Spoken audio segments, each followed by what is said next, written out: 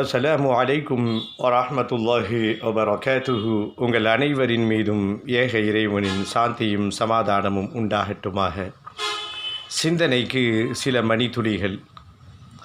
ID கம்பெனியில் வேலை பார்க்குற ஒரு இளைஞர் பஸ்ஸில் போயிட்டுருக்கிறாரு. திடீர்னு திரும்பி பார்த்தா அவருக்கு மார்க்கம் சொல்லி கொடுத்த, குரான் கற்றுக் கொடுத்த அந்த பள்ளியினுடைய இமாமும் பஸ்ஸில் போயிட்டுருக்கிறார்.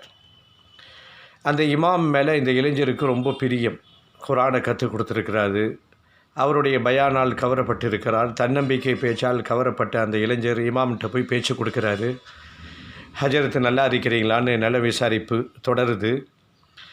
அந்த ஐடி இளைஞருக்கு ரொம்ப நாளாக மனசுக்குள்ளே ஒரு சந்தேகம் இருந்துக்கிட்டே இருக்குது.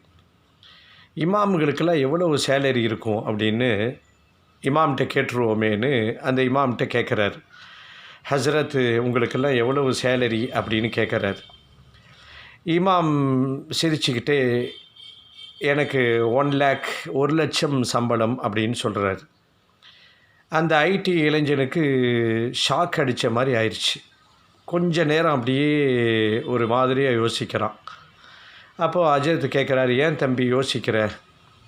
அப்போது அந்த இளைஞன் சொன்னானாம், இப்போ தான் நான் படித்து முடிச்சுட்டு இப்போ தான் ஃபஸ்ட் டைம் வேலைக்கு போகிறேன். இப்போ தான் எனக்கு ஆரம்ப சம்பளமே 50,000 ரூபா கொடுக்குறாங்க. உங்களுக்கு 1,00,000 சம்பளமா?